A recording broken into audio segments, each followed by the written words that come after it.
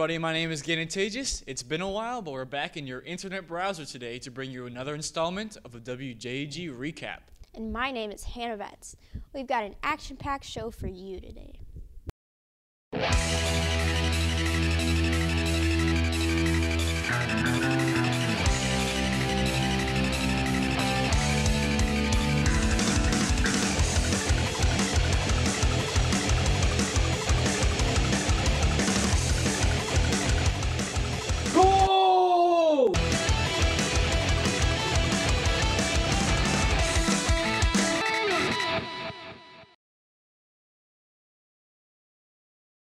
You know, I was thinking about backpacking across Europe when I graduate, but I heard they don't have Panera Bread and Jamba Juices over there.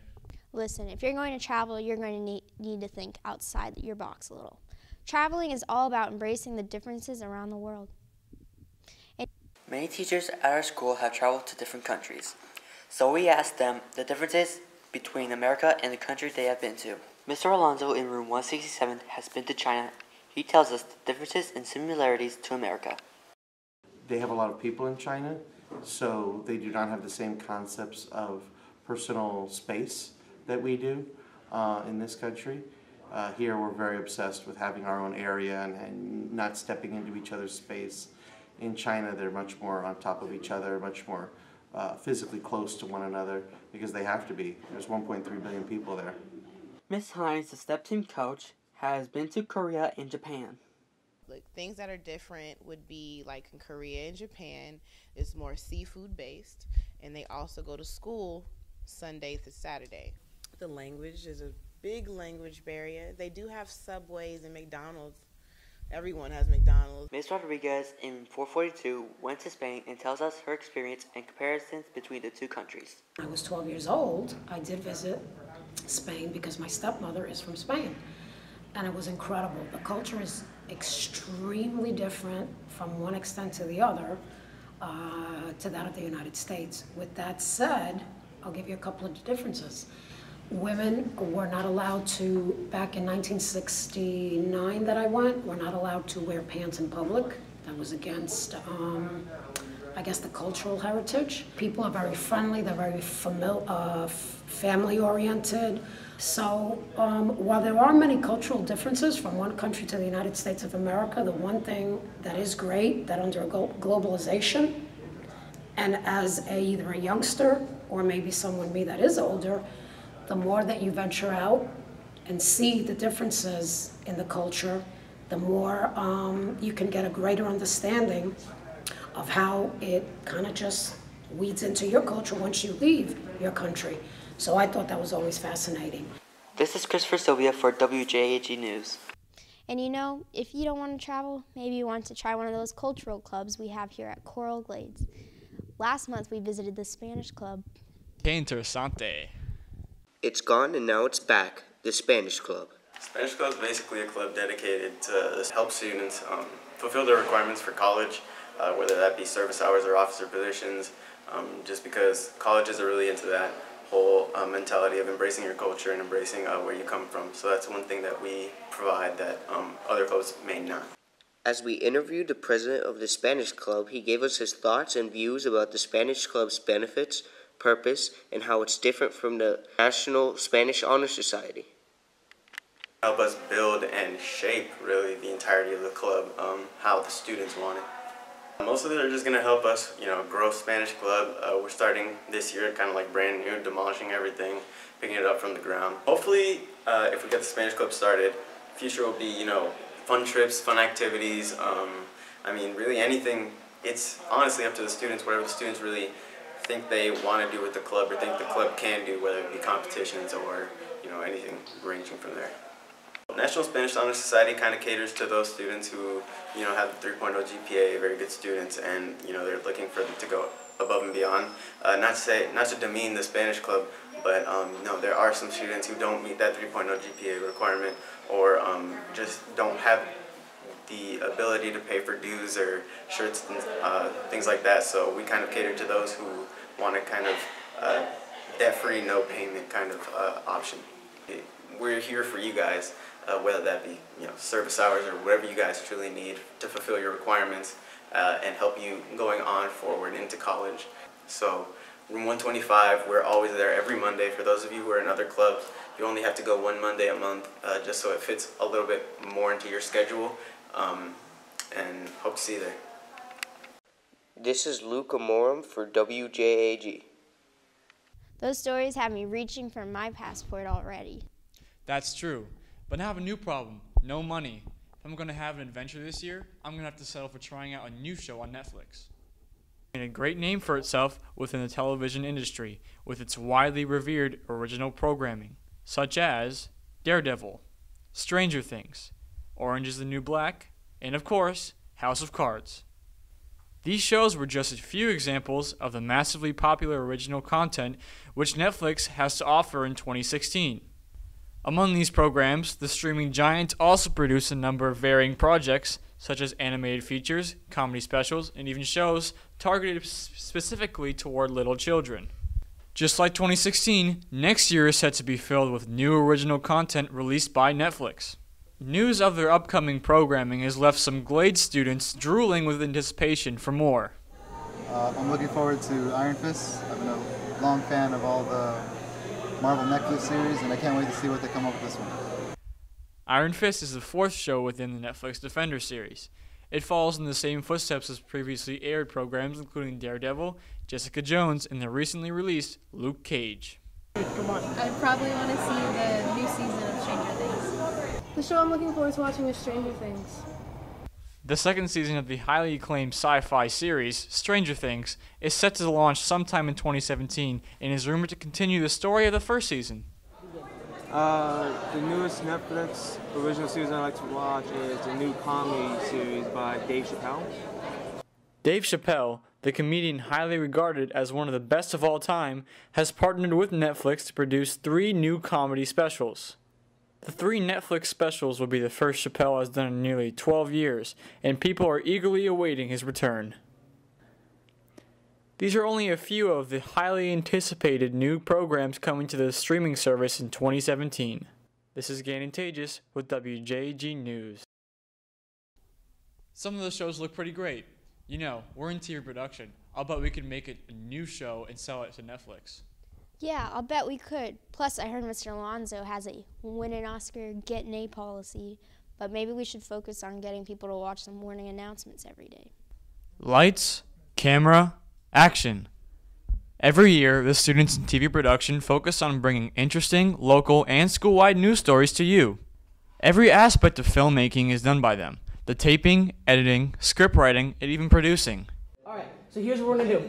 Alright, Matt, you're good where you are, just make sure you have Corey mic'd. Corey, you're gonna put your book down, you're gonna look at her, and you're gonna say that line that we went over.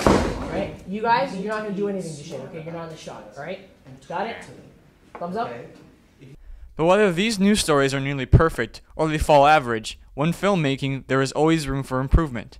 Each step ranging from script writing to editing requires constant attention to detail. Sometimes, doing what you want is impossible because you don't have the right equipment. Okay, so TV production has some upgrades this year that are very exciting. Number one, we have all new Macintosh computers with Adobe Premiere loaded on them. And Adobe Premiere is an editing software that updates periodically. And then also we're getting in some new cameras. So we'll actually have 3 types of cameras. So those are the 2 big changes that have come. And also all of our content this year for the first time is 100% online. So you can watch it anywhere you go, on your phone or on your laptop. Having this equipment is very helpful for students in TV production. But of course, the students' creativity is the most important aspect out of all of them. This is Gannon Tages with WJAG News. I know our teachers are always trying to tell us to watch the news all the time, but it's boring. That's why you should really take a look at memes. They are kind of a quick way to keeping up of what everyone is talking about. Here are some of the biggest memes of 2016. Memes! There's no doubt that recently, things called memes have been taking over the internet by a storm. From Daniel's white vans. Damn, Daniel, back at it again with the white vans. Don't talk to me or my son ever again. We millennials consider these jokes to be a major key.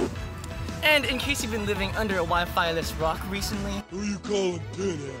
A meme is defined by Google as define meme. An element of a culture or system of behavior that may be considered to be passed from one individual to another by non-genetic means, especially imitation. Think of it as an STD of jokes. So because there's far too many memes for us to possibly list in this video time limit, we're gonna go switch over to YouTube's yearly video called YouTube Rewind. It's where they do a recap of all the jokes on the internet that went viral, and we're gonna tear it apart. Yeah, we're gonna tear it apart and examine that junk. Like a surgery, but for jokes!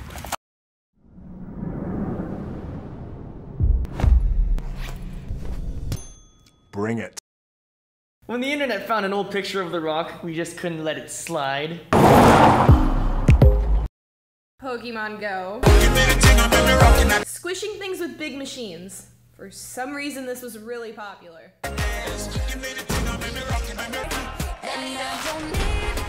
Scott Sterling! To the man! The man!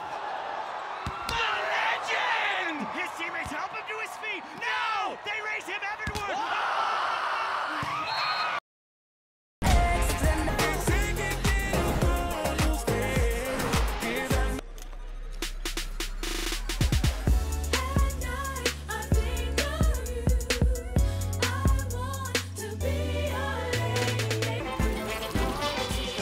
Pineapple, apple pen. I'm so sick of this. Apple pen, pineapple pen. Pineapple, apple pen. And this part's really epic, so we're just gonna go ahead and let it play.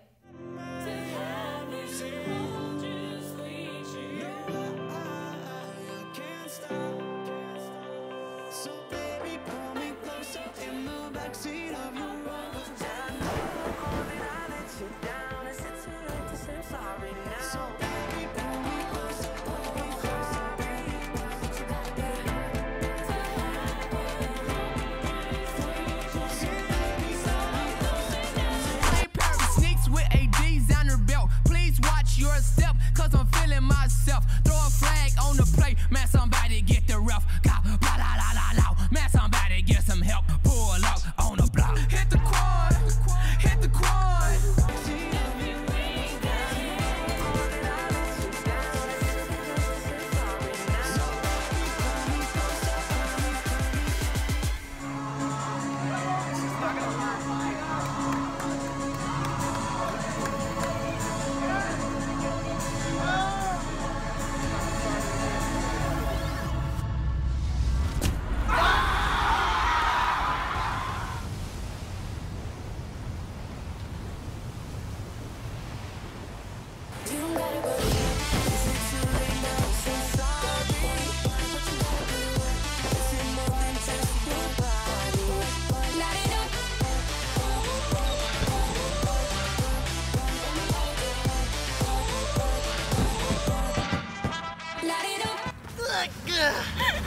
So, memes have quite honestly evolved into some strange monster this past year. what Corey's trying to say is what started as jokes that really had no meaning has taken a new form on social platforms for millennials, and it's kind of a way for them to get their news. So, you know those kids that say, oh, I don't like watching the news, or, oh, I can't listen to that. Well, guess what? You're watching it right now. So, you should really thank memes, because without them, you'd be not in the loop, not laughing, and you wouldn't be part of the great community that's become social media. Thanks, some memes? I think you meant dank memes! I am the one, the way your son facepalm!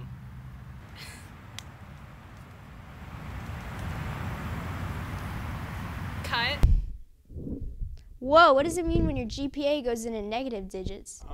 It means you had better look into taking some kind of credit recovery, and you should probably watch our next story on the Twilight Program. Glades is offering a new type of credit recovery called the Twilight Program. The program started on November 28th from 3 to 7 p.m. Monday through Thursday. The Twilight Program is usually held in room 146. Math is held on Monday and Wednesday, and English is held on Tuesday and Thursday. The Twilight Program is a program that we offer at Coral Glades through Terravella Community School, and it's an opportunity for students who are missing credits to take the class in the afternoon, from 3 o'clock in the afternoon till 7 at night. Currently we offer math and English. For example, U.S. History is a graduation requirement for the senior year this year, and I failed AP U.S. History because I wanted to get an AP credit for college, and necessarily wasn't my thing. So to be able to recover that, on November 29th, I decided to do the Twilight Program, and it helped me greatly because I didn't think I was going to be able to recover this credit in time, and I'm pretty sure I will at this point. I've been in the Twilight Program for about a week now, and it's really helped me recover that credit that I missed a couple of years ago. And now that I'm in it, it's doing good, yeah. The Twilight Program has had an overwhelming amount of support from the students and teachers. Remember, attendance is mandatory for all people who register. For WJAG, I'm Kenneth Hale. Hey, thanks for watching, everyone. We're going to try to do more of these for the rest of the year. Be sure to tell us if you have any good stories for us. Stay tuned.